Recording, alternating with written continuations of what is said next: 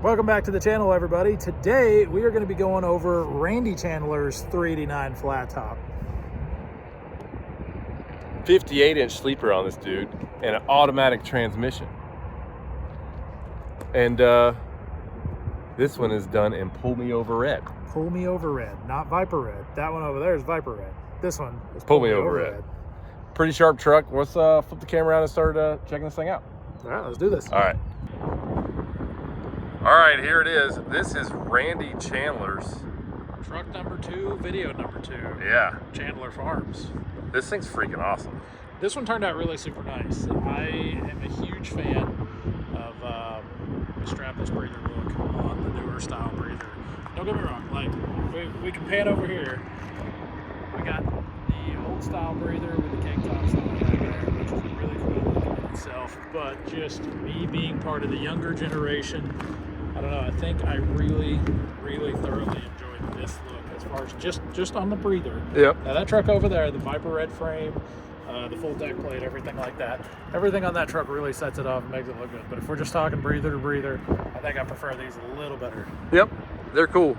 We did breather chops on this from 12 gauge and the strapless breather kit on this. And it's just 3 watermelon lights on the back of it, or on the front of it, and blank on the rear. We didn't, delete the hood latches or anything. This truck's actually, as soon as it leaves here, Randy said in the morning, it's getting hooked to a trailer and going right to work. We painted the tanks to match the truck, obviously. Left the stock bumper on it, but added the grill bars to it.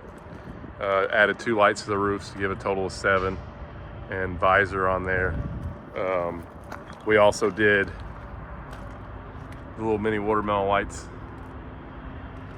in the mirrors, and then instead of going with the full 12 gauge boxes on this truck, we just did the bolt-on smooth covers right there. We've done that on both sides. Dynaflex exhaust, and it's active.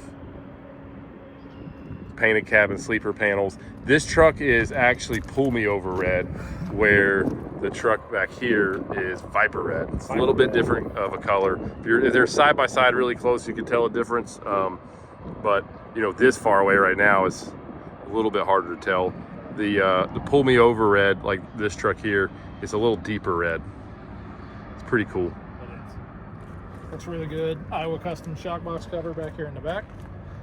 These are all trucks LED lights. We done the Merit deck plate like we did on the red one. Same box on this one. Again, nice, quiet, opens nice and clean. It's got the springs right there, holds the box up. Closes really nice and quiet. It's got the Iowa Customs airline box in here. And on this one, we just did the little shorter Merit deck plate on there. Hogue built. I always half rounds. We'll call it half rounds. What do you call them? I don't know. I never know what they're called. I'm just like, they're singles. Yeah. So they're a lot of people call them single humps. Even though when you put them on there, it's a double hump fender. Technically, if we're getting to technical trucking terms, people would call this a double hump fender setup, right? Yep. But that's I don't know, they're singles or half rounds. I call them half rounds. We'll go with half rounds. That sounds good. We'll go with half rounds. Stainless steel on the back of it here. These are the 304s. Yep. And in the very back, we've got the 12 gauge straight bar, matching lights on the back with the trucks. And then we did 3 mini watermelon lights in the center. And then down under here, we've got our hidden reverse light bracket on there. And then on the mud flaps, which you can buy these on our website, we got the mud flap weights with the semi-casual logo in it. Pretty cool little touch. We made a rear cross member for this one as well, and just powder coated it black. We didn't paint the chassis or nothing on this truck. This one's this is pretty cool. Randy said he didn't want to go as wild as Jacob when we did his build, but anyway you cut it, this truck's sharp, really sharp. Yeah, so I guess from what I understand is he's putting a driver in this one that's going to hit the road. This one's going to be doing pretty everyday work truck, right? Yeah, oh yeah, and then, every day. And then that one over there is actually Jacob's personal truck. He's going to be driving it. Yep, and he works it every day too. Well, he's still going to work it every day, but yeah, it's a personal trucks. A little bit different sometimes. Yeah, they're different. But when the guy holding the steering wheel is the guy who owns it, sometimes the build ends up being a little larger. Yeah. Yeah, for sure. But the 12 gauge cab and sleeper panels painted to match. We painted the air tank over here also to match. Still have the watermelon lights above the driver door. Yep. So on this one, so on Jacob's we did them black because it's got the black interior pieces, and then on this truck we color matched them to the tan, which I really like this. Honestly, I like this better than the stainless look because it painted to match to me. It fits better. Yeah. You look at it, it doesn't stand out quite as much as like a big stainless one does. Yep. It's a pretty cool little deal there. And we did sit solo seat bases on this truck as well. And then we've got our box cover on this side. Just to make a smooth box cover, make it clean looking. It's got an air dump kit on it.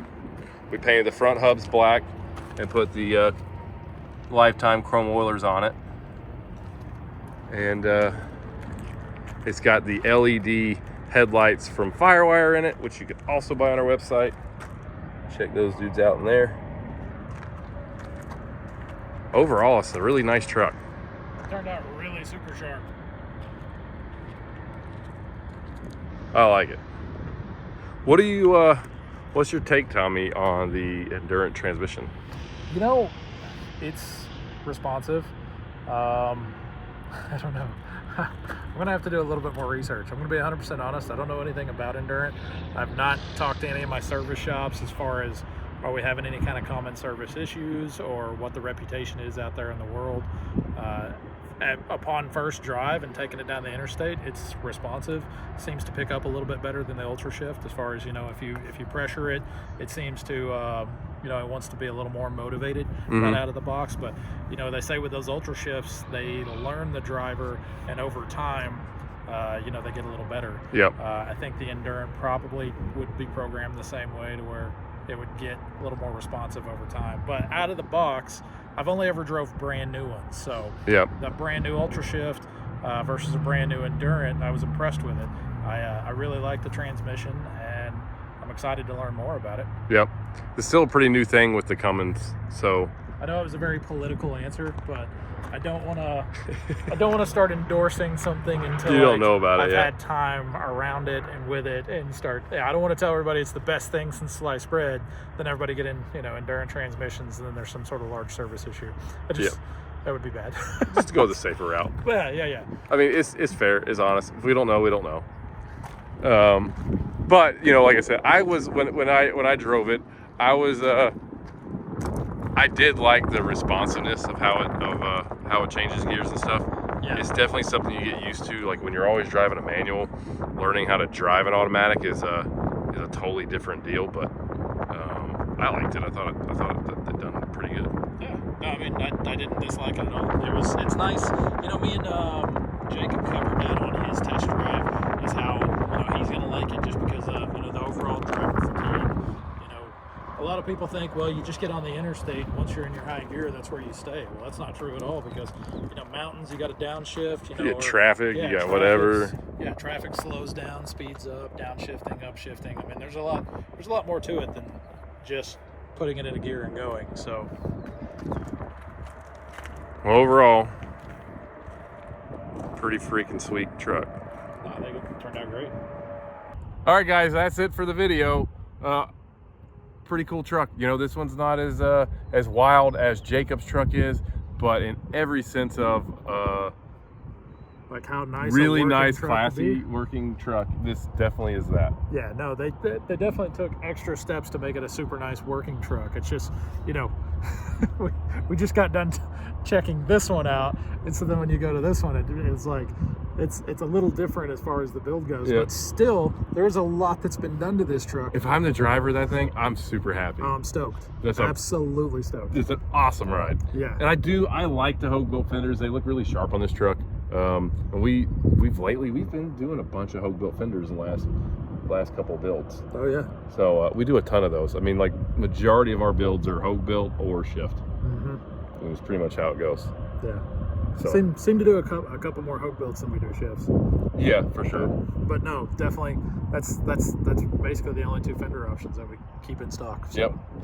You could probably see these trucks August 4th and 5th right here in Crossville, Tennessee. Why is that, Tommy? Because the semi-casual truck show is going to be in Crossville, Tennessee, here at this location, and Ashley's probably going to be taking up some of the parking space that we're standing in here. We got asphalt out front, we got some gravel out back. We have about 35 vendors, some really super, well-known names in the truck show circuit. I mean, PDI's coming, Dynaflex is going to be here, Trucks is going to be here, Hoke Built will be here, Hoke Built's going to be here, 12 gauge will be here, 12 gauge. I mean, like, the who's who of vendors is coming to the semi-casual truck show. Not to mention, our pre-registration list is getting pretty hefty. Oh yeah, it's growing every single day. Yeah, so we're excited. Obviously we say this every year, but this is definitely going to be our biggest show yet. Yep. What we're most excited about is this is the first time we've hosted this show while owning this facility. So we're excited to show it off. We're excited to show off our capabilities. We want you to be there. August 4th and 5th, the Semi-Casual Truck Show in Crossville, Tennessee. You can find everything out you need to know about it. semicasualtruckshow.com. Exactly. But outside of that, you guys know what to do. Like, subscribe, follow us on Instagram. @semicasual show. We'll see you next time. Later.